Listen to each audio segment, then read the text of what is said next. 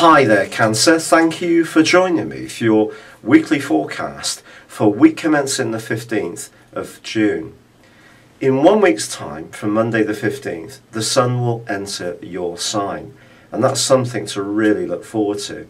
Soon after that, Mars is going to join up with the Sun in Cancer too, and it's going to be the start of a brand new period.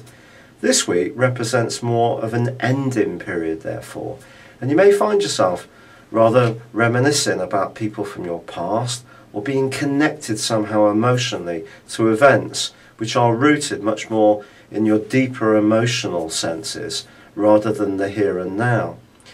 But also there is the clustering of energy in your second solar house.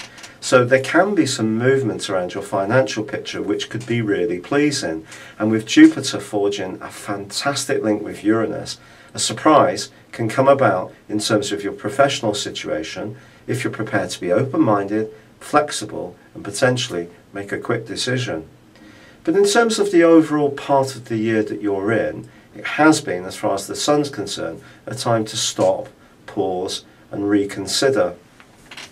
Because Mars is alongside the Sun, this has made for a different energy this year, potentially a bit more of a volatile one in terms of your moods.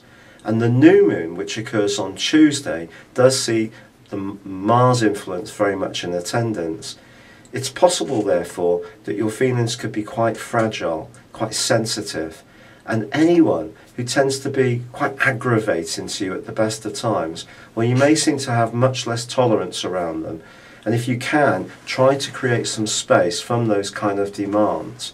Also, Saturn rewinds into your fifth solar house for a journey of just 4 months through to the middle of September. This occurs on Monday too.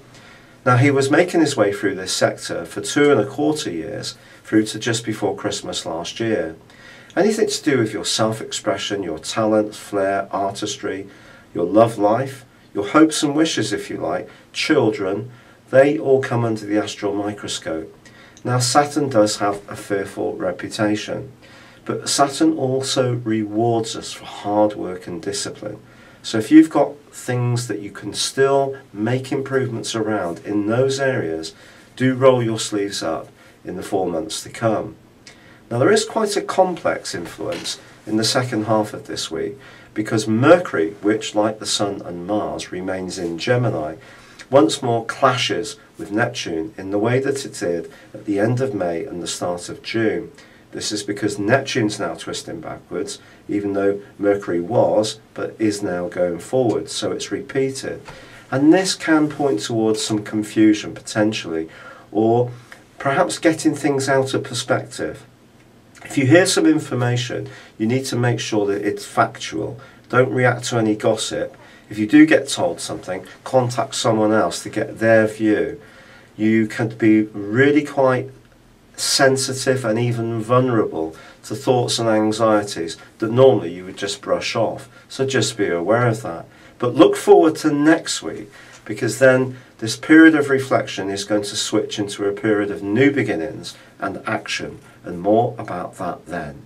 Thank you for joining me. Good luck and goodbye for now.